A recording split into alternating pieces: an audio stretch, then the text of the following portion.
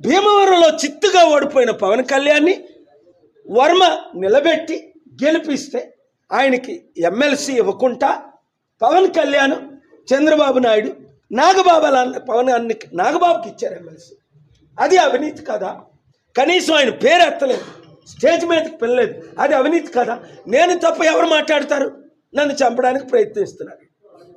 అవునని జడుస్తాడా?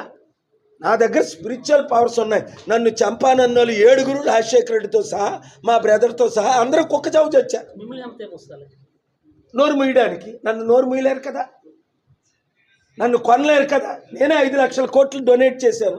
700 కంపెనీలు హైదరాబాద్లో పెట్టాను. గూగుల్, మైక్రోసాఫ్ట్ తీసుకొచ్చాను. చంద్రబాబు నాయుడు గారికి బిల్ గేట్స్ని పరిచయం చేసి, ఇవన్నీ ఎవరికి తెలీదు? చరిత్ర కళతో చూస్తున్నారు, చెబుతాం. మరి అలాంటి నన్ను దేశాన్ని రక్షించడానికి వచ్చాను. My country is dying, my people are suffering, my weaker sections BCs, ఎస్సీస్ are being used as slaves. Today Pavan Kalyan is being used by the extremist radical leaders. అందుకనే ఫిబ్రవరి 10ని ఆయన చర్చలు ఎన్ని ఉన్నాయి మూసేద్దాం, ఎక్కడెక్కడ చర్చలు ఉన్నాయి అని ఓఎస్డి ద్వారా లెటర్ పంపించిన ఎవిడెన్స్ ఇప్పుడు మీకు కొద్ది నిమిషాల్లో నేను మీ గ్రూపుల్లో సంచలనం తెరలేపుతున్నారు. క్రిస్టియానిటీ నిర్మూలించే విధంగా పవన్ కళ్యాణ్ అడుగులేస్తున్నారు. క్లియర్గా ఫిబ్రవరి 10 ఆయన రాసిన లెటర్ ఎక్కడెక్కడ చర్చలు ఉన్నాయో తెలుసుకో. ఎక్కడెక్కడ మందిరాలు ఉన్నాయో ఎందుకు చెప్పకూడదు? ఎక్కడెక్కడ మాస్కులు ఉన్నాయని ఎందుకు అడగకూడదు?